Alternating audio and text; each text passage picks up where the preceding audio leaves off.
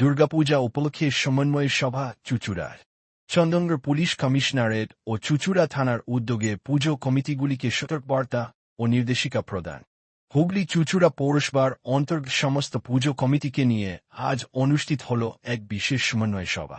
এই সভার আয়োজন করে চন্দননগর পুলিশ কমিশনারেট এবং চুঁচুড়া থানার প্রশাসন।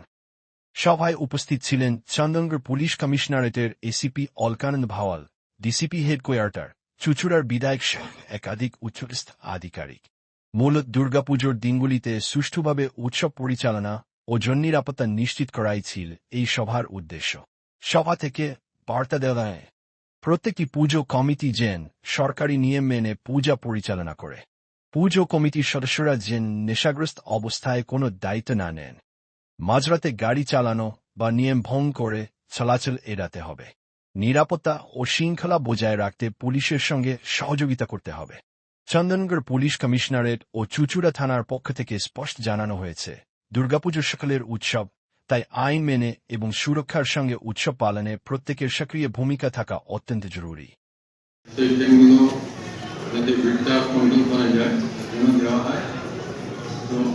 আমাদের জিআরপির পক্ষ থেকে আমরা 24 ঘন্টা প্ল্যাটফর্মে থাকি, বিশেষ করে ব্যান্ডের চুঁচুড়া গুরুত্বপূর্ণ স্টেশনগুলোতে আমাদের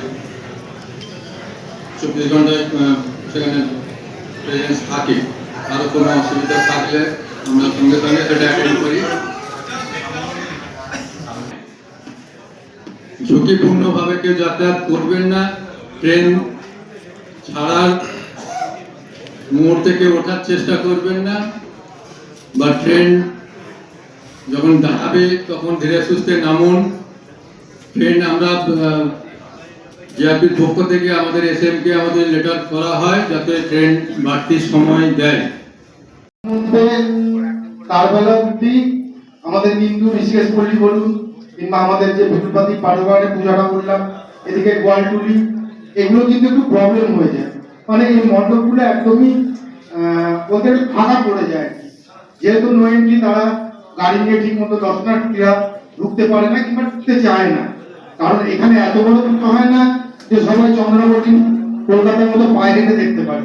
তো আপনাদের কাছে অনুরোধ থাকবে, যদি ওই নো এন্ট্রি ব্যারিকেডটা আর একটু অধিকটা থেকে করা যায়, সেটা আপনাদের সুবিধার্থে একটু করলে আমাদেরও যাতে দর্শনার্থী আসতে পারে কিংবা এই বারোয়ারিগুলোতে যেতে পারে। এই এক নম্বর। আর দ্বিতীয়ত, আমি এতক্ষণ মিটিংটা চলাকালীন ফায়ারের ব্যাপারে যেটা বললেন যে সিলিন্ডার কেনার কিংবা সার্টিফিকেটের কোনো প্রয়োজন নেই। আপনারা জানেন যে মিনিমাম কি কি রাখলে হবে, কিন্তু আপনারা একটা নিজেদের একটা ডিক্লারেশন দিয়ে দেবেন।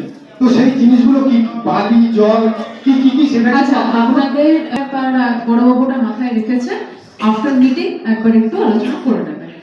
আচ্ছা, এই নিয়ে এরকম ট্রাফিক নিয়ম হতে পারে, বা আপনাদের যেটা বললেন পুজো পারমিশন নিয়ে ডিটেলস কিছু দরকার, কিছু যদি সেরকম থাকে এবার ইন্ডিভিজুয়ালি আপনারা আলাদা করে কথা বলে নেন, কোনো অসুবিধা নেই। আমাদের যারা জনপ্রতিনিধিগণ আছেন, যা আমাদের আধিকারিকগণ আছে, আমাদের সংবাদ মাধ্যম ও মিডিয়া মাধ্যমের বন্ধুদের সবাইকে আমাদের কমিশনের তরফ থেকে রাষ্ট্র দিয়ে শুভেচ্ছা। অনেকক্ষণ ধরে অনেকগুলো কথা এখানে পুঙ্খানুপুঙ্খভাবে আলোচনা করা হয়েছে, তাই আর বিস্তারিত ওসবে গেলাম না। একটু আগে আমার সহকর্মী এসিপি যেটা বললেন, এটা করবো ওটা করবো, এটা কিন্তু হুমকি নয়। একটু মাথায় রাখবেন, যেটাই করা হবে বা করবো আগাম জানিয়ে রাখা হচ্ছে আপনাদের ভালোর জন্য, এই শহরের এবং শহরবাসীর ভালোর জন্য।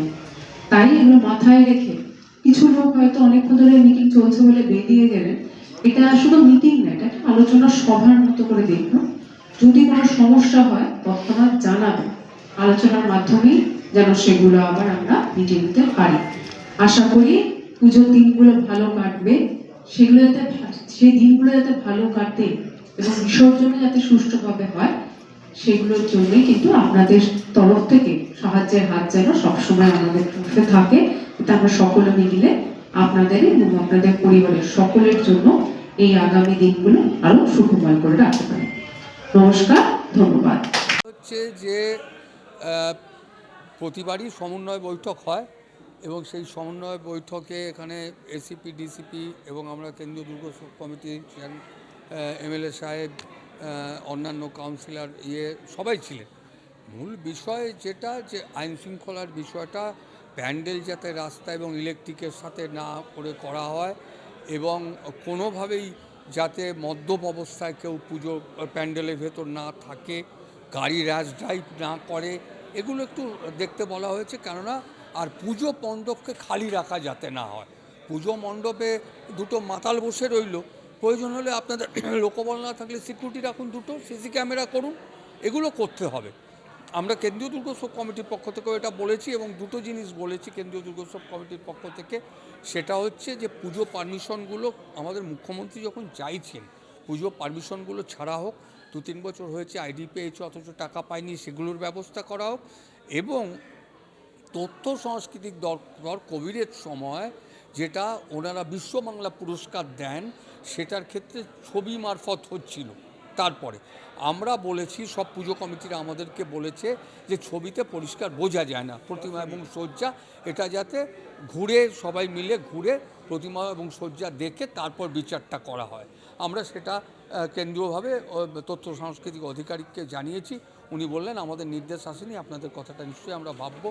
এবং এটাও বললেন হয়তো এটা হতে পারে যে যারা ছবি পাঠাবেন বা যে সেটাও থাকবে, আবার যারা প্রদর্শন করতে চান আমাদের লোক গিয়ে সেটা দেখে বিচার ব্যবস্থাটা করবে। একেবারে পৌরসভার পক্ষ থেকে যে রাস্তাঘাট বিভিন্ন সময় সেটা কি পুজোর আগে সব আমরা তো চেষ্টা করছি। রাস্তাঘাটের আপনারা দেখেছেন যে টানা 3 মাস সকাল বিকাল সন্ধ্যে রাত্রির ভেতর বৃষ্টি হয়েছে, তা সত্ত্বেও আমরা কাজ শুরু করেছি।